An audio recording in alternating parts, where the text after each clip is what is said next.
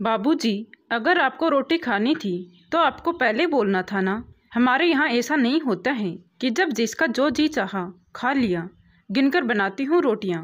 ऐसा नहीं कि आप जब भी बोल देंगे तो रोटी तैयार मिलेगी। अब लीजिए मेरे हिस्से की रोटी। आज मैं किसी तरह चावल खा लूँगी और क्या।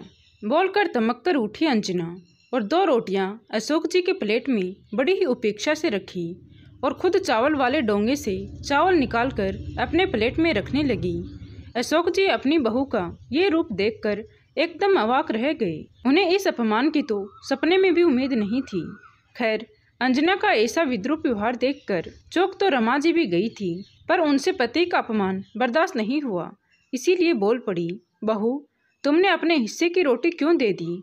तुम मुझसे ले लो रोटी। रहने दीजिए माँ जी, ऐसा ही था तो पहले क्यों नहीं दे दी खुद की रोटियां। अब चलिए खाना खाइए और मुझे भी चैन से खाने दीजिए। उन्हें भी कदाचित अपनी बड़ी बहू से ये उम्मीद नहीं थी और वह जानती थी कि ये लड़ाई सिर्फ रोटी को लेकर नहीं है, बल्कि अब बहू बेटा उन्हें बर्दाश्त नहीं कर पा रहे हैं। फिर भी मुन्ना थोड़ा सा तो लिहाज करता ही था।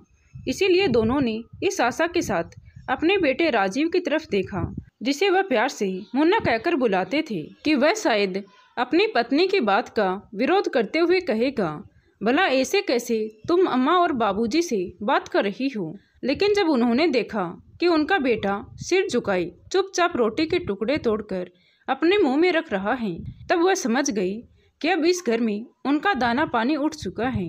अब सम्मान की रोटी यहाँ हरगिज नसीब नहीं होंगी। चुपचाप दोनों अपमान के घूंट के साथ किसी तरह रोटी के टुकड़े को निगल गई। अशोक जी ने तो दोबारा सब्जी भी नहीं ली, बस किसी तरह रोटी दाल में भिगोकर निगल गई।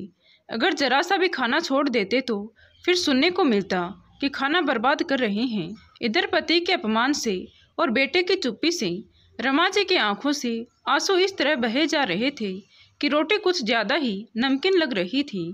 लेकिन उन्होंने भी बिना एक भी आवाज किए किसी तरह थाली का खाना खत्म किया। खाना खत्म करके दोनों जब अपने कमरे में आए तो कुछ देर तक उनके मुंह से कोई आवाज ही नहीं निकल रही थी। उन्हें समझ में ही नहीं आ रहा था कि क्या बात करें। इतना अपमान और ऐसी बेरुखी उन्हें पहली बार देखने के लिए नहीं मिली थी, पर खाने को लेकर इतना अपमान पहले नहीं हुआ था। लगभग पिछले 2 महीने से मुन्ना और बहू उनसे खराब व्यवहार कर रहे थे। बहू तो सास से उलझने का कोई ना कोई बहाना ढूंढती रहती थी। आज रविवार होने की वजह से पूरा परिवार साथ में लंच कर रहा था। नोनू और सोनू पहले ही खाकर टीवी देखने में लग गए थे। वैसे तो दोपहर में अशोक जी आदतन चावल ही खाते थे। आज बहू ने पनीर बनाया था और पनीर उन्हें रोटी के साथ ही अच्छा लगता था। अतः बहू से रोटी मांग बैठे तो यूं लगा जैसे तूफान आ गया हो।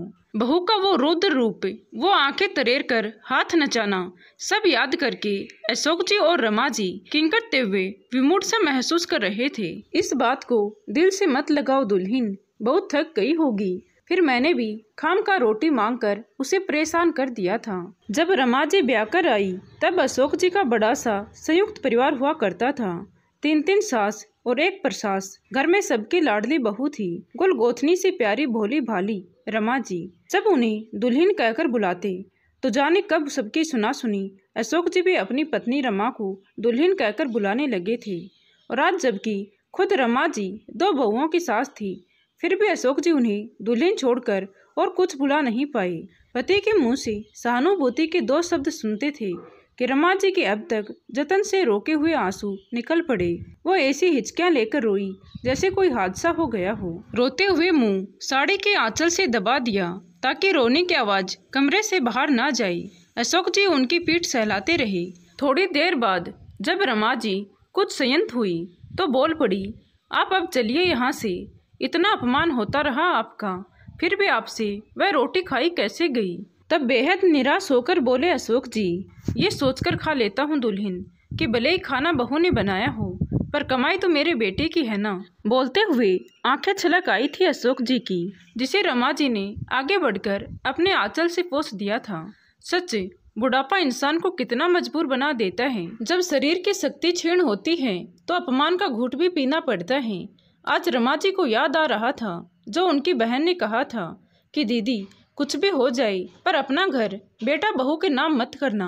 पर अब तो भावुकता में उनसे गलती हो गई थी। अब क्या हो सकता था। दरअसल अशोक जी और रमा जी के दो बेटे थे। बड़ा बेटा राजीव, जिसे प्यार से मुन्ना कहकर बुलाते थे, और छोटा बेटा संजीव। राजीव हमेशा से माँ का लाडला रहा था। बड़ी मिन्नतों के बाद जन्मे अपनी पहली संतान को प्यार करते हुए रमा जी ने जैसे अपनी आंखों पर पट्टी बांध ली थी। इसीलिए राजीव का स्वार्थी स्वभाव और खुदगर्जी उन्हें नहीं दिखती थी। संजीव राजीव के मुकाबले पढ़ाई में उतना जहीन नहीं था, पर अनुशासित था। जैसे जैसे दोनों बड़े होते गए, राजीव और उदंड होता गया और संजीव अपने लक्ष्य को समर्पित होने लगा। राजीव एक प्राइवेट कंपनी में जॉब करने लगा और संजीव इंजीनियरिंग में बहुत अच्छा करने के बाद नौकरी के सिलसिले में जो अमेरिका गया, तो फिर वहीं की लड़की के साथ शादी करके वहीं का होकर रह गया था। उसने माता पिता से संपर्क तो नहीं तोड़ा था, पर उसने शादी एक भारतीय मूल की लड़की लीजा से कर ली, जिसके पिता अमेरिका में ही बस गए थे। वैसे तो उससे माता पिता को कोई खास नाराजगी नहीं थी, क्योंकि उन्हें संजीव से कोई उम्मीद नहीं थी। उन्होंने तो सारी उम्मीद अपने बड़े बेटे राजीव से लगा कर रखी थी। अशोक जी ने अपने सर्विस काल में सारी जमा पूंजी लगाकर मकान बनवाया था। 4 साल पहले रेलवे की सरकारी नौकरी से रिटायर हुए थे अशोक जी, और दोनों पति पत्नी चितरंजन में आराम से रह रहे थे। मोना एक प्राइवेट फर्म में था और बेंगलोर में नौकरी कर रहा था। वह पत्नी सहित दोनों बेटों सोनू और नोनू के साथ रह रहा था। अब उन्हें वहां अपना फ्लैट लेना था और पैसे कम पड़ रहे थे। इसके अलावा उसके दिमाग में मकान को अकेले हड़पने की योजना भी चल रही थी। छोटे बेटे संजीव ने विदेशी लड़की से शादी कर ली थी, इसीलिए माता पिता दोनों उससे तो नाराज थे ही, सो इसी का फायदा उठाया राजीव ने। राजीव के सास ससुर भी उसकी कमाई पर पल रहे थे और उनके साथ ही रहते थे। अब अशोक जी और रमा जी के आ जाने से उन्हें राजीव ने अलग एक किराए के घर में रखवा दिया था। इसीलिए भी अंजना को सास ससुर इतना ज्यादा खटक रहे थे। अब बड़ा सा घर हड़पना था तो उन्हें तिकड़म भी बड़ी लगानी पड़ रही थी। इसीलिए संजीव की हिस्सेदारी घर पर खत्म करनी जरूरी थी। राजीव और अंजना ने ये कहकर कि संजीव ने तो लीजा से लव मैरिज कर ली है और विदेशों में शादियां तो टिकती नहीं, सो अगर उनका तलाक हुआ और माता पिता ने घर और जायदाद का बंटवारा किया तो एक हिस्सा लीजा को भी मिलेगा, और इस तरह मेहनत से बना हुआ घर किसी और के हाथों चला जाएगा। फिर अपनी माँ की भावनाओं को उकसाते हुए मुन्ना बोला, सोचो माँ, जिस घर में आप ठाकुर जी की पूजा करते हो वह विदेशी मांस खाकर अपवित्र कर देंगे। सुनकर तिलमिला गई रमा जी और किसी तरह अशोक जी को जोर दिलाकर घर राजीव के नाम लिखवा दिया। अब तो बेटा बहू इतना मीठा बोलते और इतना मान सत्कार और आदर देते कि रमा जी और अशोक जी एकदम गदगद हो गई। और अब जब अशोक जी उनकी बातों में आकर अपना सब कुछ छोड़कर उनके साथ आकर बेंगलोर में रहने चले आए, तब कुछ ही दिनों में वो लोग अपनी असलियत पर उतर आए थे।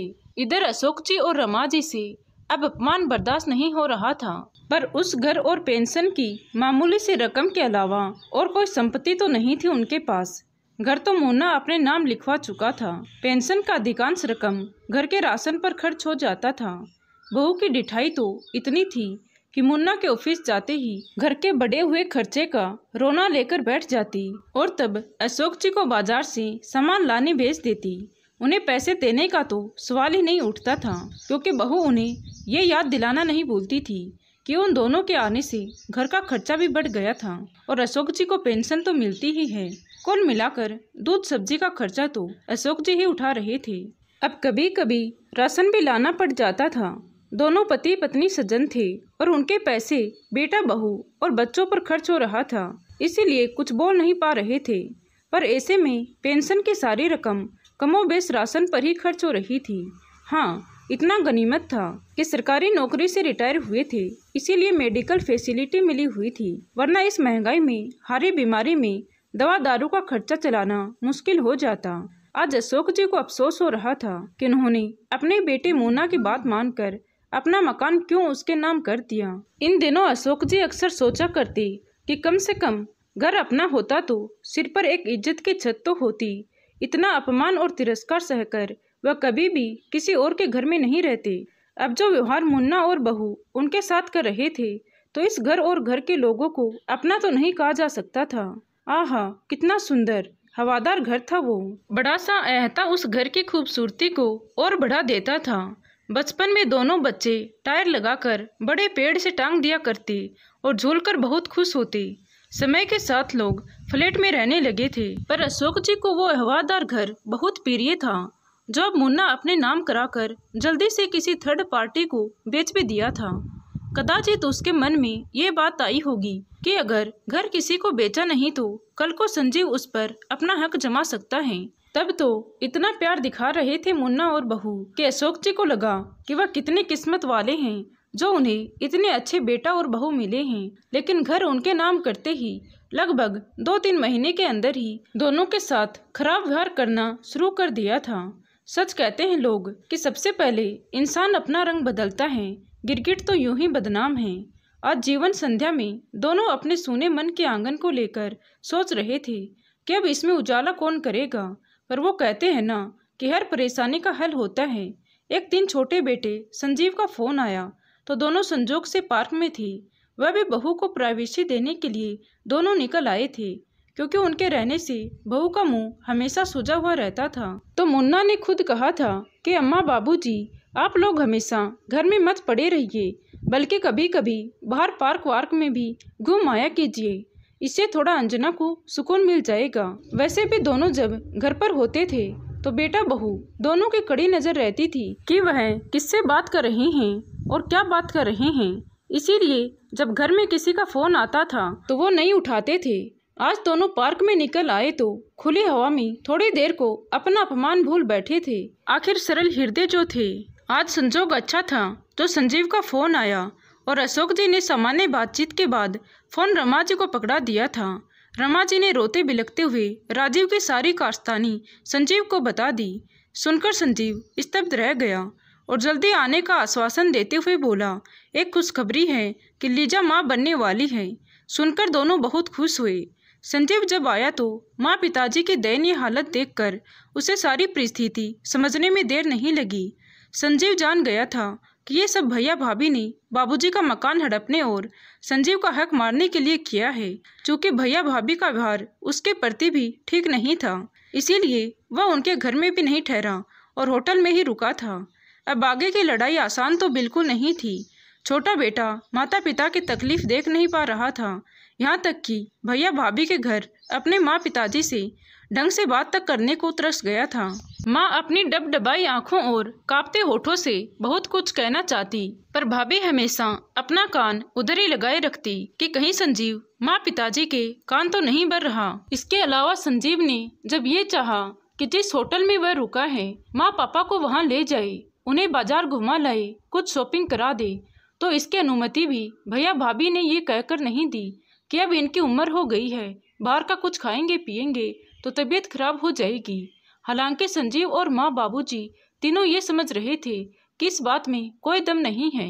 बस राजीव और अंजना चाहते थे कि माँ और पिताजी किसी से बात ना करें। अब संजीव बाहर रहकर रिश्तों की अहमियत अच्छी तरह समझ चुका था, सो उसे अपने माता पिता के चेहरे पर मुस्कुराहट खिला हुआ देखने का एक ही उपाय समझ में आया कि किसी तरह उनका वो घर खरीद कर दे दे। सो उसने अपनी जमा पूंजी की मोटी रकम दोबारा उस मकान को खरीदने में लगा दी। बचपन से संजीव यही देखता आया था कि माँ पिताजी अपना सारा प्यार राजीव पर ही लुटाते आए थे। माँ तो राजीव भैया के इतने करीब थी कि वह कई बार संजीव के साथ पक्षपातपूर्ण भरा रवैया भी अपना लेती थी। राजीव से दबकर ही संजीव बड़ा हुआ था। कहते हैं कि पूत के पैर पालने में दिख जाते हैं, वैसे ही बचपन में भी कई बार राजीव के स्वार्थी स्वभाव का पता चल जाता था, जिसे रमा जी की ममता ढक लेती थी। संजीव इसी भेदभाव को झेलकर बड़ा हुआ था।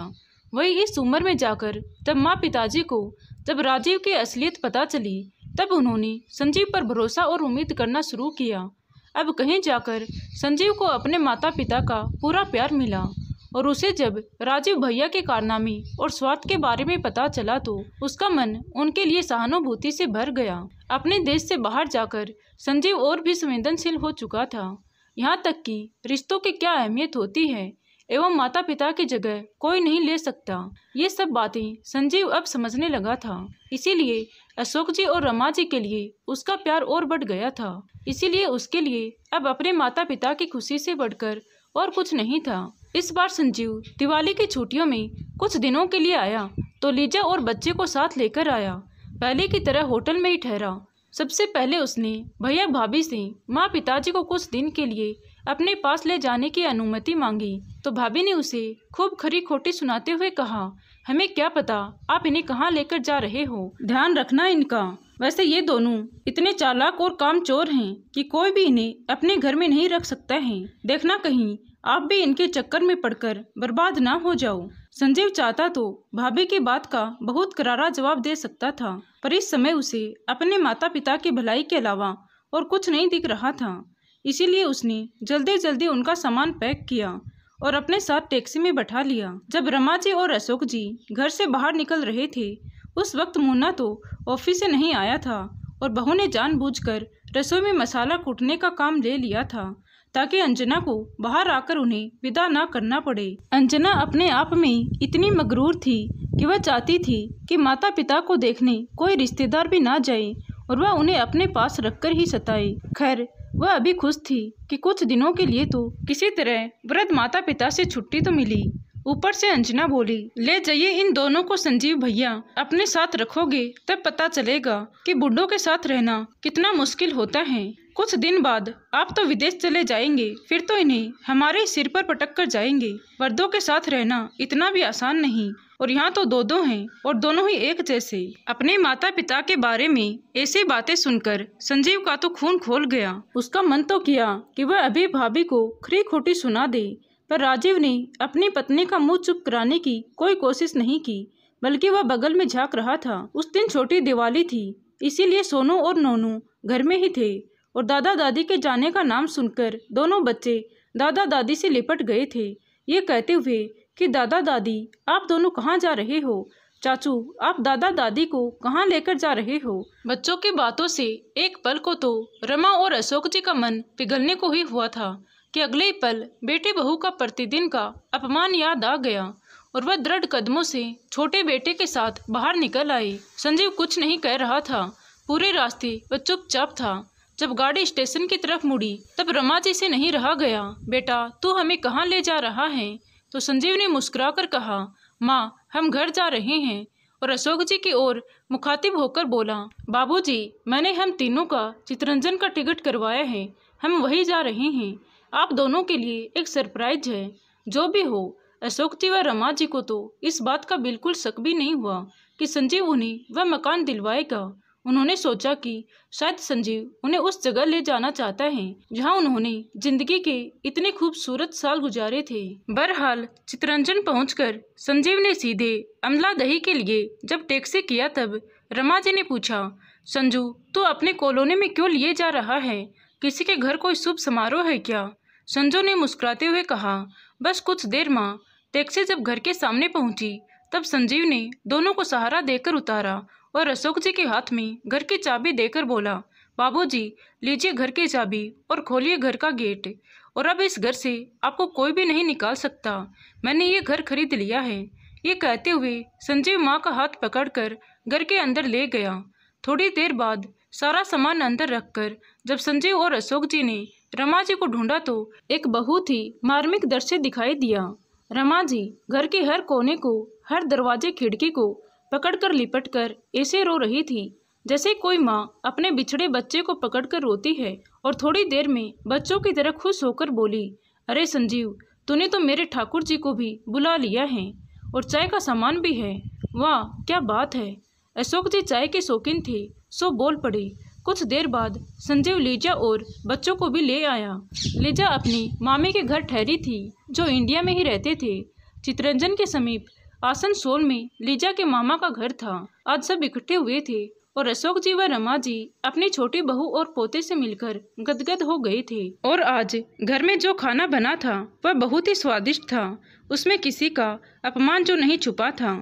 और आज रोटियां गिनकर नहीं बनी थी, क्योंकि इस घर में कभी भी रोटियां गिनकर नहीं बनती थी। एक बेटे ने आगे बढ़कर माँ पिताजी को स्वाभिमान की जिंदगी दी थी। और आज रमा जी और अशोक जी सोच रहे थे कि जैसे सारी उंगलियां बराबर नहीं होती, वैसे ही सारे बच्चों के संस्कार एक जैसे नहीं होते। जहाँ राजीव जैसा स्वार्थी और मतलबी बेटा है, वहीं संजीव जैसा बेटा भी उन्होंने ही जना है। मान सम्मान से बढ़कर और क्या हो सकता है भला। तो दोस्तों, आपको ये कहानी कैसी लगी कमेंट करके ज़रूर बताएं। अच्छी लगी हो तो प्लीज़ वीडियो को लाइक शेयर एंड सब्सक्राइब ज़रूर करें। Thank you.